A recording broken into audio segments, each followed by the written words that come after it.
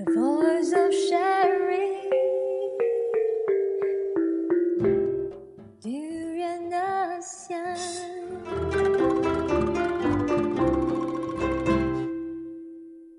Hi, welcome back again at Durian ASEAN, the voice of discovery and sharing. Today we have our guest, Lee Wei Sant. She's the Assistant Program Manager of AWAM, and we are going to talk about the Good Woman Project. Hi, welcome. Hi, Arlene. Hi, thank you so much for having us here today. Yeah, welcome to the ASEAN Breakfast Call and for the segment on the Blast from the Grassroots. So to start off, the Good Woman Project is called the Good Malaysian Woman Ethnicity, Religion and Politics. So what is it all about? Well, actually, this is it's an exhibition, and it's a public education activity actually for AWAM.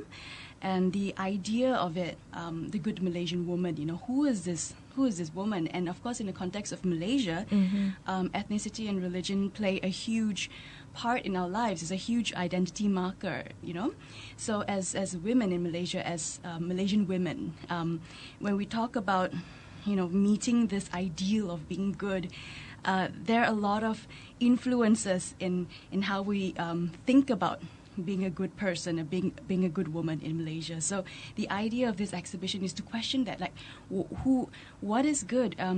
Who decides, that ideal of good? And how do we question if we don't meet that ideal? What happens if we don't meet that ideal?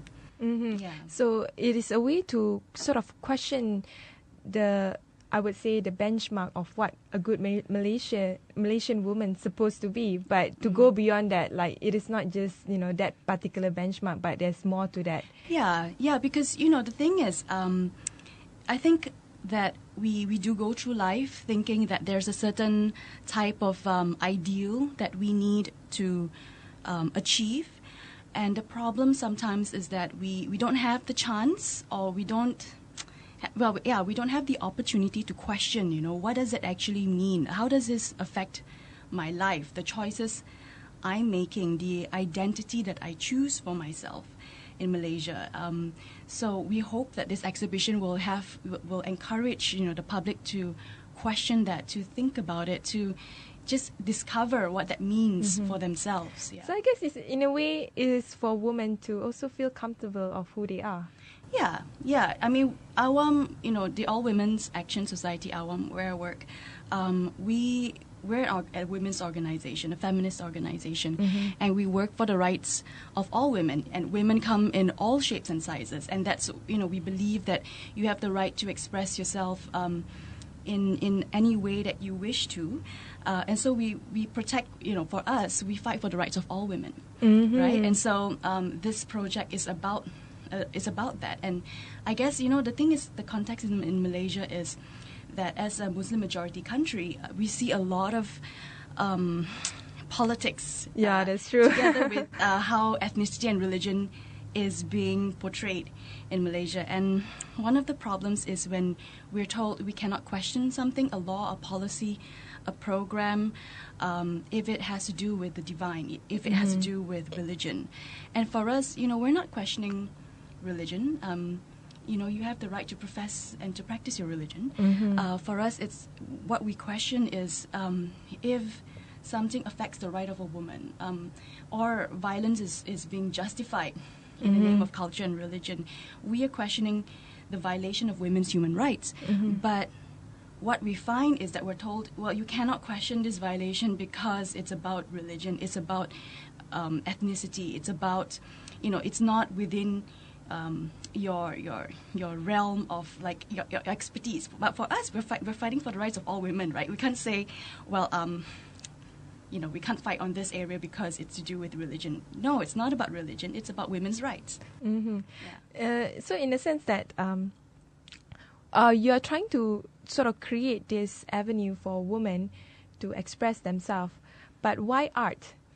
I know, people ask us that because, AWAM, we're an NGO, right? Yeah, you could have like forum or, like any other activity, but why art? Yeah, no, people ask us that all the time. For us, actually, this project, this art project, we're not doing it alone because, AWAM isn't exactly art savvy. We're working with Interpret Art Gallery,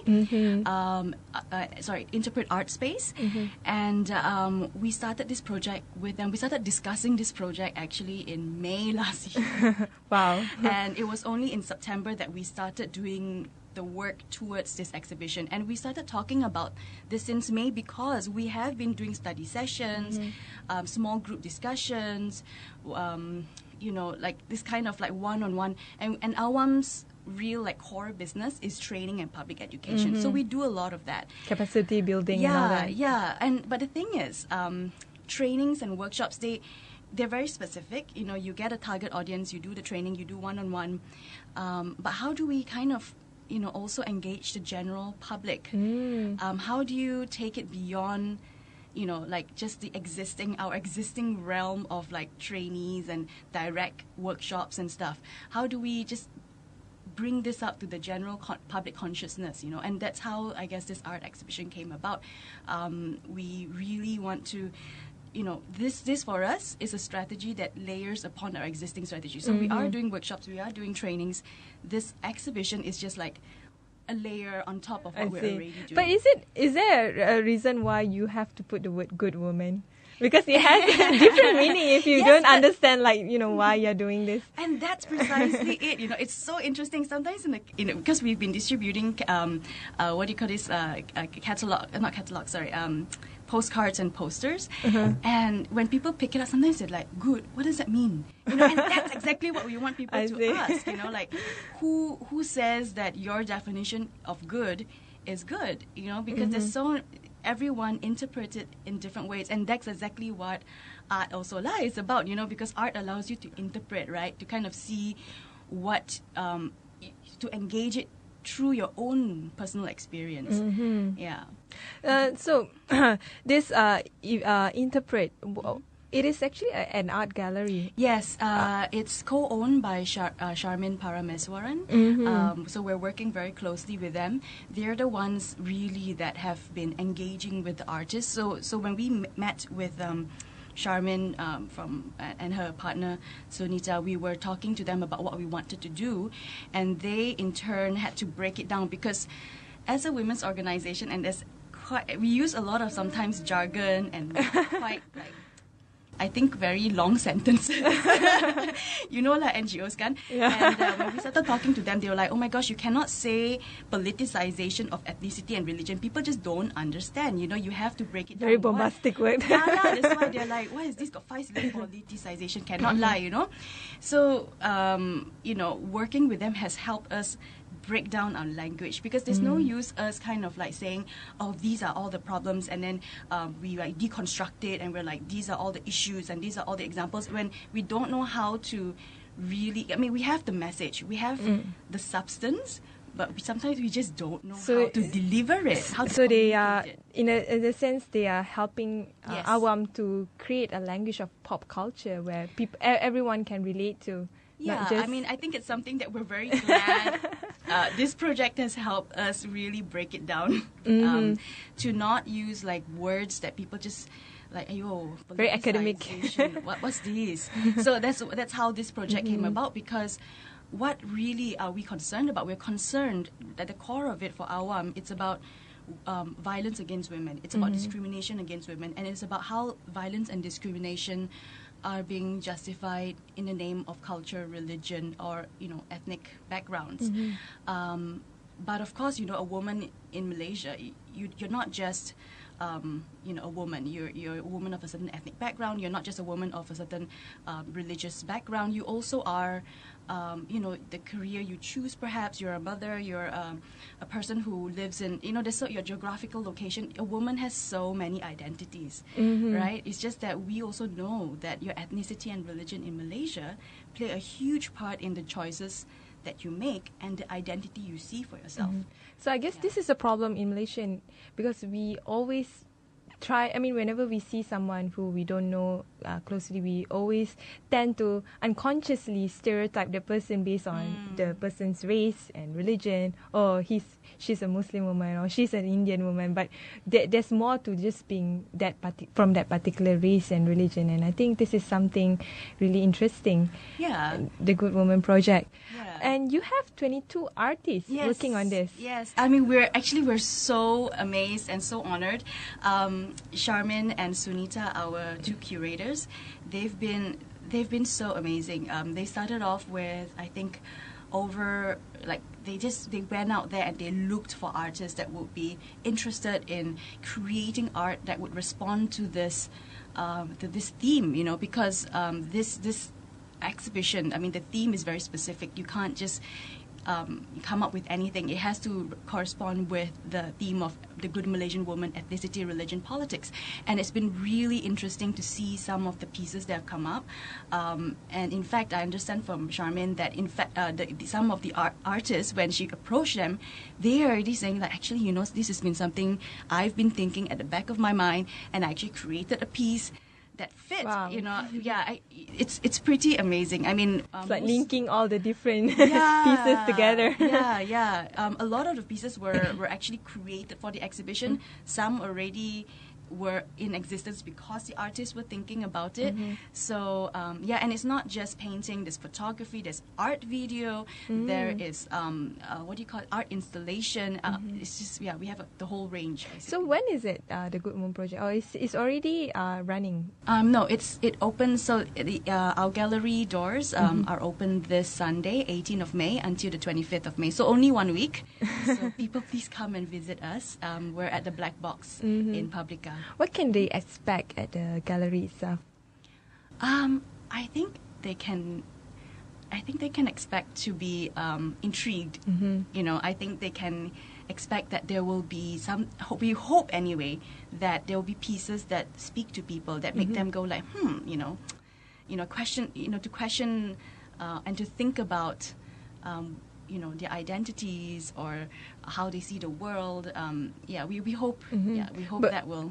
Do you have any discussion or yes, Q&A or meet with the artist sort of session? I know we didn't only just do the exhibition because AWAM we do a lot of public education. Yeah, you do a lot of training.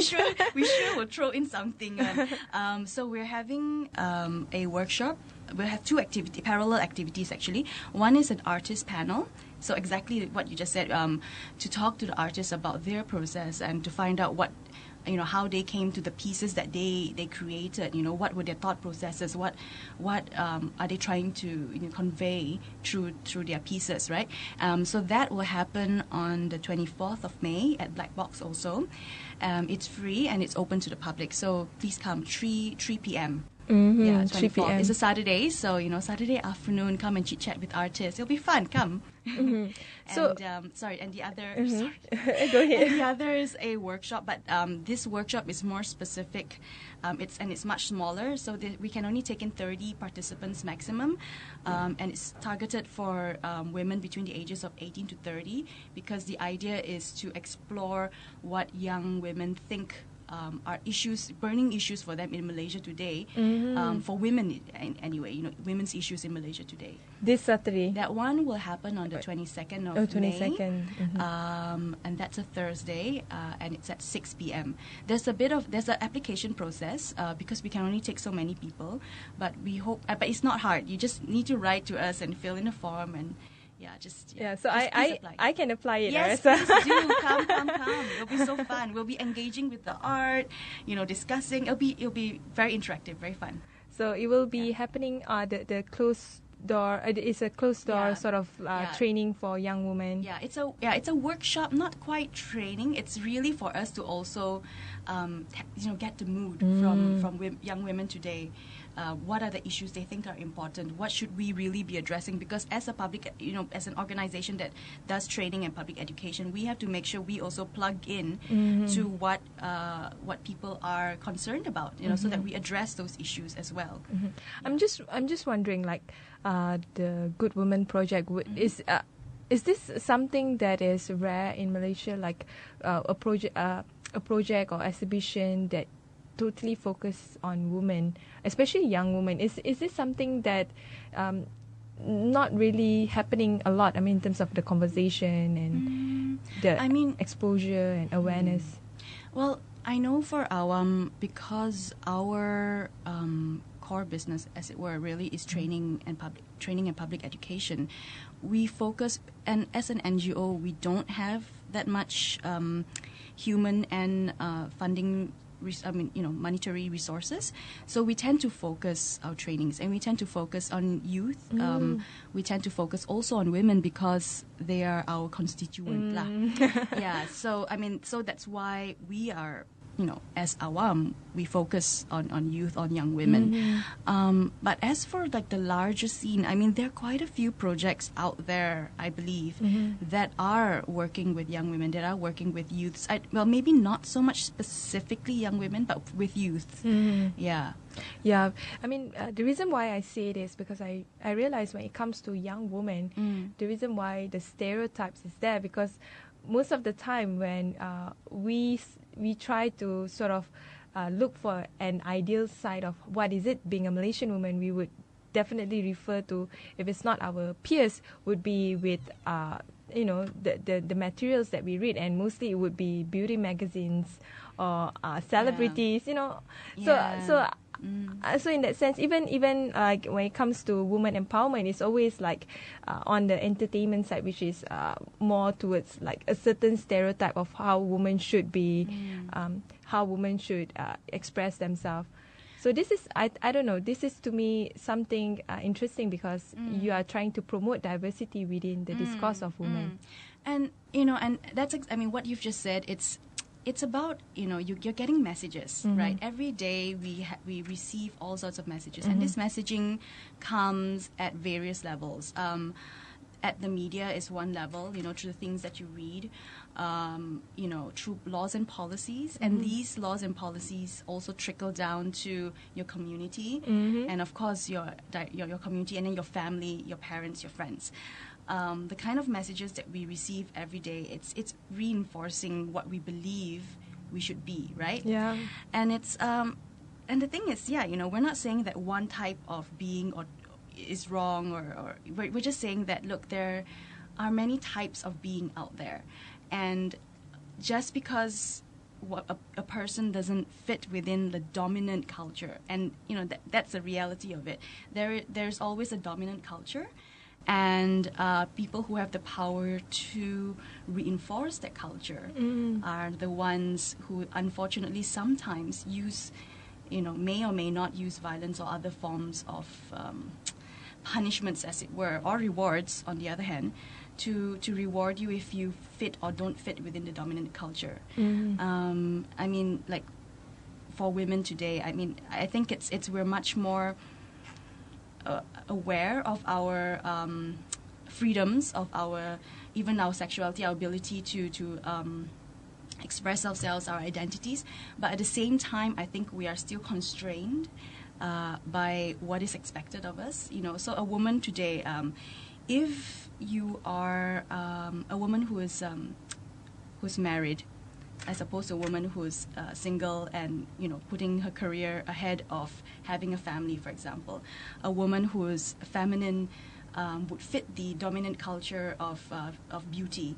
A woman who is masculine or tomboy may or may not face certain types of censure. A woman who stays at home and takes care of the home, or as opposed to a woman who goes out with her friends, goes drinking or goes clubbing. I'm sure you know that. Well, take the example of drinking, okay? Like men can do it freely, but for women, you are being judged if you drink. Is it something like that? It really depends. I think that as a woman, you're not just a woman as well. It depends on your class, where you live. If you are upper middle class, you live in an urban area, you have resources at your hands, you have people who support you. A young woman who goes clubbing in KL and who are from upper middle class background, you may or may not get as much censure as a woman who's from a smaller town, perhaps rural area. and you go out, you're a little bit more targeted. So that's the thing, as a woman, you may face certain pressures, but how you face it also depends on your the other parts of your background and your identity, basically. So anyway, thanks for speaking with us. Before we wrap up, I want to recap back the dates and also the events for the Good Woman Project. Yes, so the exhibition itself will run for a week from 18 to the 25th of May. The workshop for young women will happen on the 22nd of May. That's a Thursday.